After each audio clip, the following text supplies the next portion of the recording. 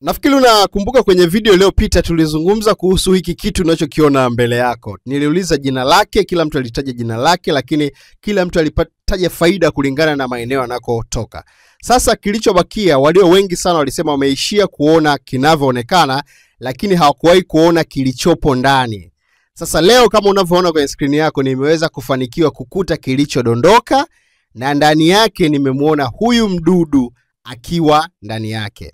Lakini nilitamani kujua kuwa huyu mdudu, je, anatoka na kukiacha hicho kijumba au anatembea na hicho kijumba? Kweli ilinichukua muda mrefu sana kumtazama.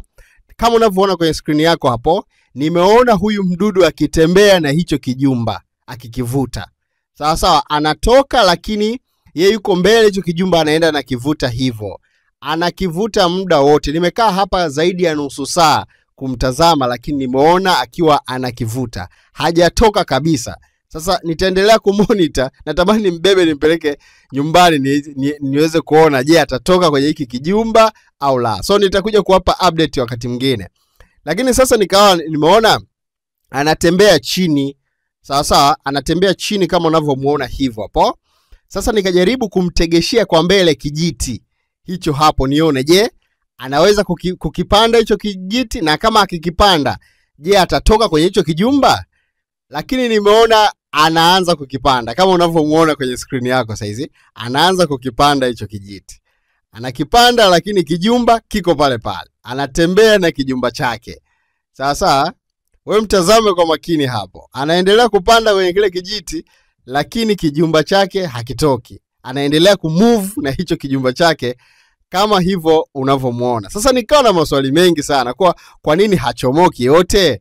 Kani huko nyuma yake kuna nini? Na hiki ndio ni kitu ambacho kinanivutia, nitamani kumbeba nimpeleke nyumbani niweze kuona akitoka inakuaje.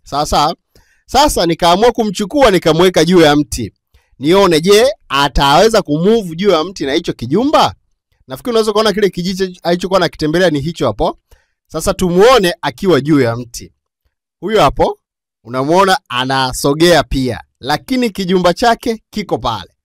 Kuna siku hapa kuna watu walisema huwa anatoka na acha kijumba. Sasa na mimi natamani kwenda kuverify hicho nyumbani. Nitakwenda kuverify, alafu nitakuja kuweka video nyingine hapa tuone akitoka huwa anakuaje.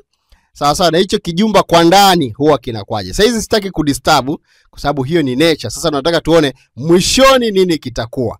Akitoka anaonekanaje, huko nyuma yukoje, lakini kitu cha maana kingine ni kwamba huko ndani ya hicho kijumba kukoje. Kwa hiyo stay tuned, mwisho nitakuja kukuonyesha jinsi kinavyoonekana hiki kijumba na jinsi anavyoonekana huyu mdudu.